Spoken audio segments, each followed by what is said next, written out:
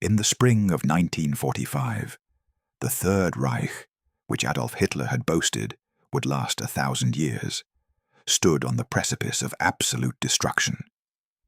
Just 12 years after coming to power, the Nazi regime faced its final reckoning. The instrument of that reckoning was already visible on the horizon. 2.5 million Soviet soldiers advancing inexorably toward Berlin.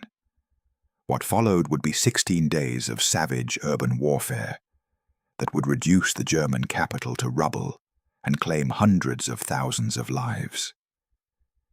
This is the story of those final apocalyptic days, when the dreams of empire collapsed into a nightmare of fire, blood, and ash. By April 1945, Nazi Germany was a dying beast, cornered and desperate.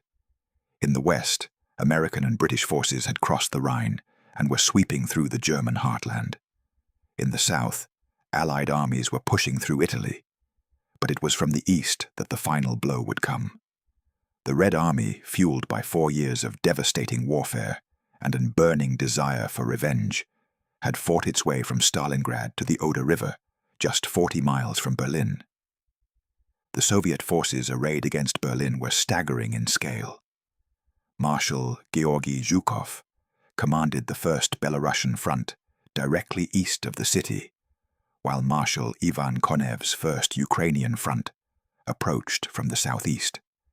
Together, they commanded over 6,000 tanks, 40,000 artillery pieces, and 7,000 aircraft. It was a concentration of military power unprecedented in human history, all aimed at one city. Inside Berlin, the atmosphere was surreal. Despite the obvious approach of doom, many Berliners clung to desperate hopes. Nazi propaganda minister Joseph Goebbels continued to broadcast promises of miracle weapons and reinforcements that would never come. Some believed that the Western Allies would join Germany in fighting the Soviets. Others placed their faith in Hitler himself, trusting that the man who had conquered most of Europe would somehow, impossibly, pull victory from defeat. The reality was far grimmer. The Wehrmacht, once the most formidable military machine on earth, had been ground down to a shadow of its former self. The defense of Berlin would fall largely to a hodgepodge of exhausted regular army units, elderly men of the Volkssturm, the People's Militia, and fanatic teenage boys of the Hitler Youth. Many had never fired a weapon in combat. They would be asked to hold back the Soviet juggernaut. In the pre-dawn darkness of April 16, 1945, the Soviet offensive began. At precisely 5 a.m., thousands of artillery pieces opened fire simultaneously along the Oder River.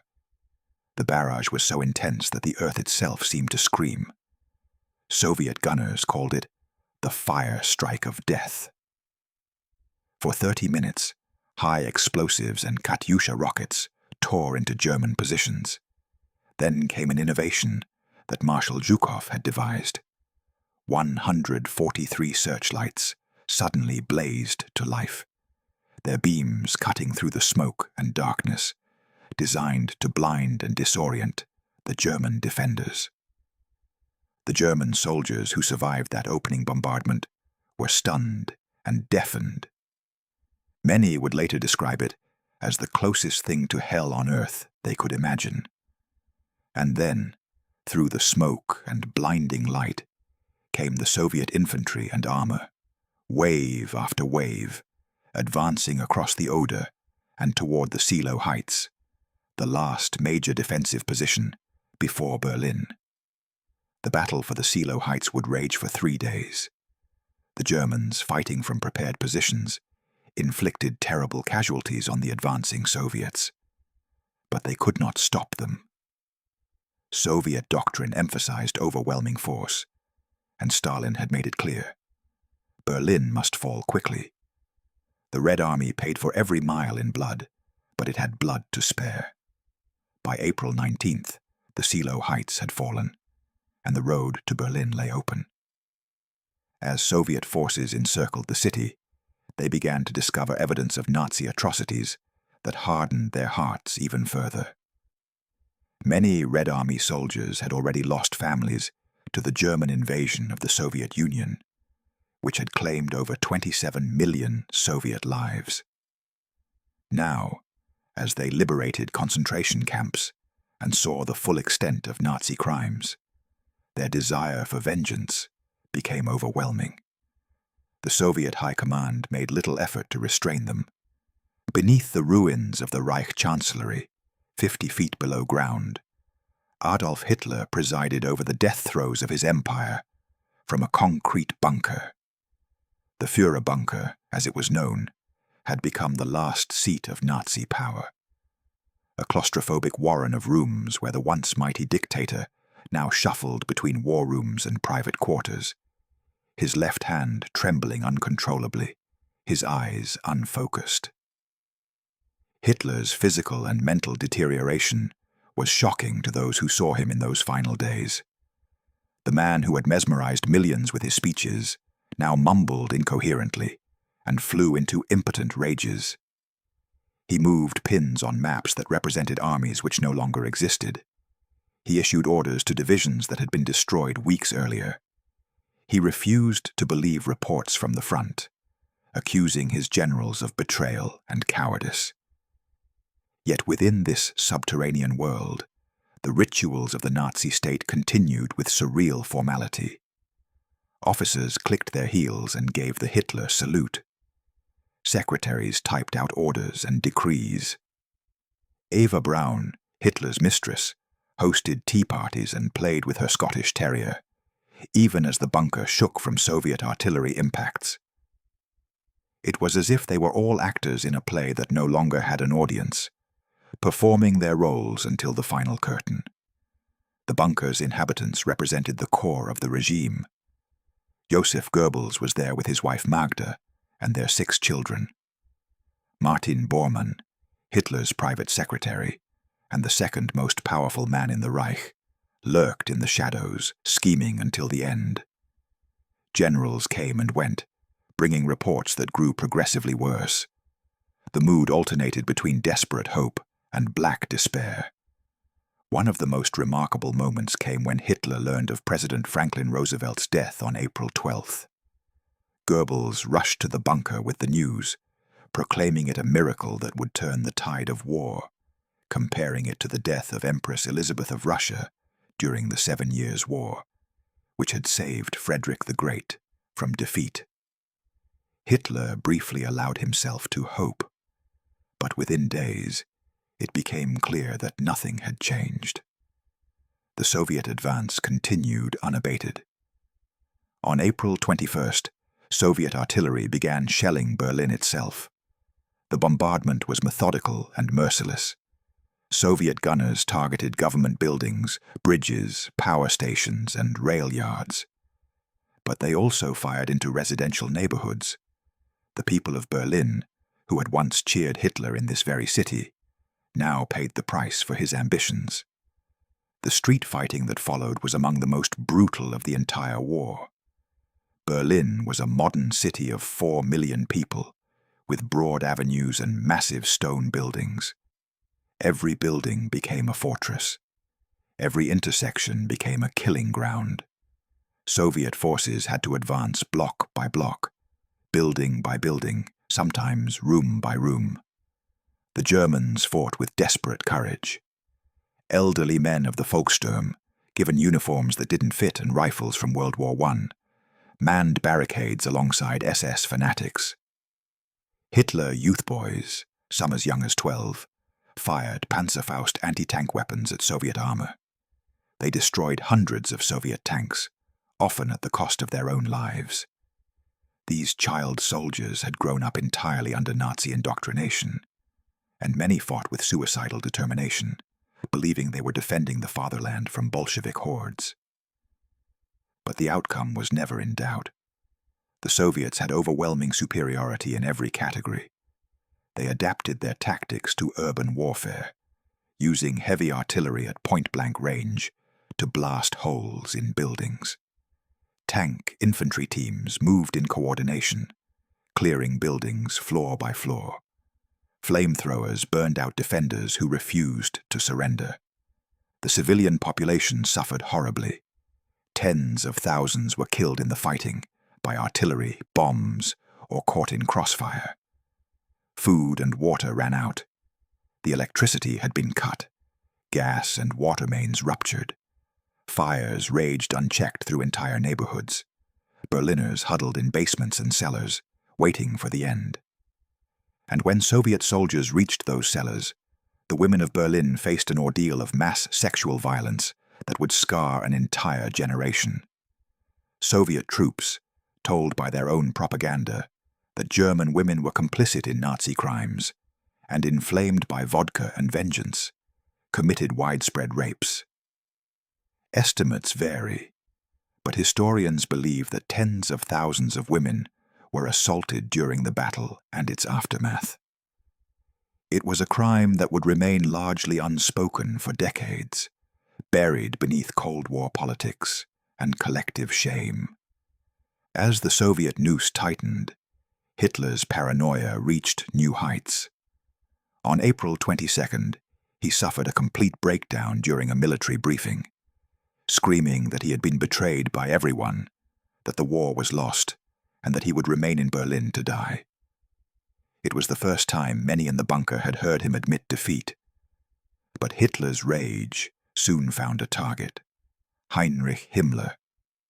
The SS chief, seeking to save his own skin, had secretly reached out to the Western Allies through intermediaries, offering Germany's surrender. When Hitler learned of this on April 28th, he was apoplectic. Himmler, der treue Heinrich, loyal Heinrich, the architect of the Holocaust and one of the most powerful men in the Reich, was declared a traitor. Hitler ordered his arrest, though by this point Himmler was long gone from Berlin.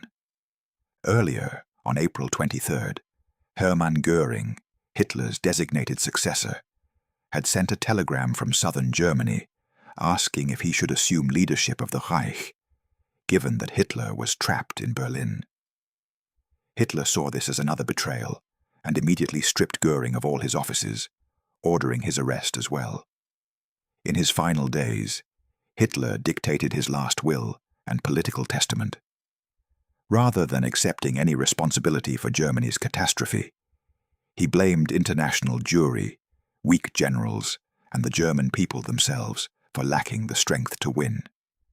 He expelled Göring and Himmler from the party and named Admiral Karl Dönitz as his successor. He also married Eva Braun in a brief civil ceremony after midnight on April 29th. The wedding, conducted in the bunker with a few witnesses, had an eerie quality, a final bourgeois ritual performed at the end of the world. One of the most symbolic moments of the battle came at the Reichstag, the old German parliament building. Though it had not been used since 1933 and had been damaged by fire, it remained a potent symbol of German government. Stalin ordered that the Soviet flag must fly over the Reichstag before May 1st, International Workers' Day. The Reichstag had been heavily fortified by its defenders. Soviet forces had to fight their way across the Moltke Bridge and through the surrounding government quarter, taking massive casualties. The final assault on the building began on April 30th. Soviet troops fought through barricaded corridors and up staircases, engaging in hand-to-hand combat with the German defenders. Finally, late in the evening of April 30th, two Soviet sergeants, Meliton Kantaria and Mikhail Yegorov, managed to climb to the roof and plant the Soviet flag, the famous victory banner, atop the Reichstag. The moment was restaged several times for photographs, and one of these images would become one of the most iconic photographs of the 20th century, a symbol of Soviet victory over fascism. But the Reichstag had not yet fully fallen. Fighting would continue inside the building for another 2 days, as German defenders held out in the cellars. Nevertheless, the symbolic victory was complete. The red flag with its hammer and sickle flew over the heart of the Nazi Empire. That same day, April 30th, 1945, Adolf Hitler committed suicide in his bunker. Around 3:30 p.m., after saying farewell to his staff, Hitler and Eva Braun retired to his private quarters. Hitler shot himself in the head with his Walter pistol, while simultaneously biting down on a cyanide capsule. Eva Braun took cyanide alone. Their bodies were discovered by his valet and adjutants shortly afterward. Following Hitler's prior instructions, the bodies were carried up to the Chancellery garden, placed in a shallow shell crater, doused with petrol, and set alight. As Soviet shells continued to fall nearby, a small group of Nazis stood at attention and gave the Hitler salute as the flames consumed their Führer. The cremation was incomplete. The bodies were only partially burned before the mourners retreated back underground. Soviet troops would discover the charred remains several days later. Stalin, paranoid and suspicious, would not publicly confirm Hitler's death for months, suggesting at various times that he had escaped to Spain or Argentina. The remains were secretly buried, exhumed, and moved multiple times before finally being completely destroyed by Soviet authorities in 1970. With Hitler dead, command of the bunker fell to Joseph Goebbels, who had been named Reich Chancellor in Hitler's testament, but Goebbels had no intention of surviving his Führer. On May 1st, after poisoning their 6 children with cyanide, Helga, Hilde, Holder, Hedda, Heide, and Helmut, ages 4 to 12, Joseph and Magda Goebbels committed suicide in the garden above the bunker. Their fanaticism extended even to their own children. They would not allow them to live in a world without National Socialism. The day after Hitler's death, General Helmuth Weidling, the military commander of Berlin, began seeking terms of surrender. The remaining German forces in Berlin were exhausted, out of ammunition, and completely surrounded. On May 2nd, Weidling officially surrendered the city to the Soviets. The fighting didn't stop everywhere immediately. Some fanatic SS units fought on for hours. Some Hitler youth refused to believe the surrender order was genuine. But gradually, the guns fell silent. German soldiers emerged from ruins with their hands up. The Battle of Berlin was over. The cost had been staggering. Soviet forces suffered over 80,000 dead and 280,000 wounded in the battle for Berlin, more casualties than the United States suffered during the entire war in the Pacific. German military casualties were at least 92,000 dead, with perhaps 220,000 wounded. Civilian deaths are harder to calculate, but estimates range from 22,000 to over 100,000. Berlin itself was destroyed. Over 600,000 apartments had been reduced to rubble. Nearly all the city's bridges had been demolished. Water mains were shattered. The subway tunnels had been deliberately flooded in a futile defensive measure, drowning hundreds of civilians and wounded soldiers who had taken shelter there. Corpses lay everywhere, buried in collapsed buildings or sprawled in the streets. The smell of death hung over the city. The formal surrender of all German forces came on May 8, 1945, Victory in Europe Day.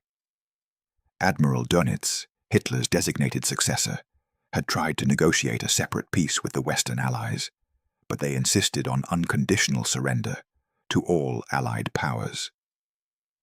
At a ceremony in Berlin, Field Marshal Wilhelm Keitel signed the instrument of surrender on behalf of Germany.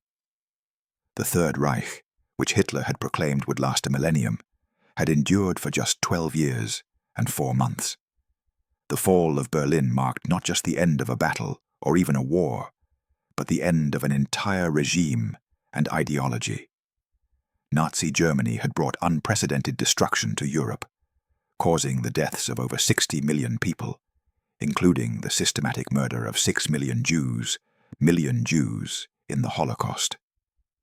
Now, The German people would face the consequences of the regime they had supported, or at least failed to resist effectively.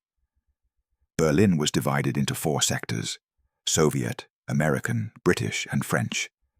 And this division would eventually harden into the Cold War divide that split the city and all of Germany for nearly half a century. The rubble would take decades to clear. The trauma would last generations. The surviving Nazi leaders faced justice at Nuremberg, where the world learned the full extent of their crimes. Some, like Goering and Ribbentrop, were hanged. Others, like Himmler and Goebbels, had escaped judgment through suicide. Thousands of lesser officials simply melted into civilian life, their crimes unexamined in the chaos of post-war Europe. For the Soviet Union, the fall of Berlin represented the culmination of what Russians call the Great Patriotic War. The road from Moscow to Berlin had been paved with unimaginable sacrifice. The victory belonged to the millions of Soviet soldiers who had fought and died, pushing the Wehrmacht back across Eastern Europe. The red flag over the Reichstag became a symbol of Soviet power and resilience, one that would be celebrated every May 9th, Victory Day, for decades to come. For Germany, the fall of Berlin meant Stunde Null, 0 hour.